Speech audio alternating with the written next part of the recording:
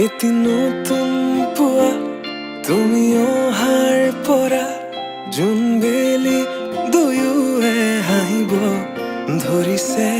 পোহৰ আহিছে বুলি খোলো মই খিৰিকী, বেলি নহয় চুনেয়া তোমাৰ আগমনি। যদি কবি হওঁ মই কবিতাৰ ছন্দ, তুমি হবানে বগা কাগজৰ কলমৰ লিখনি উদ্দেশ্য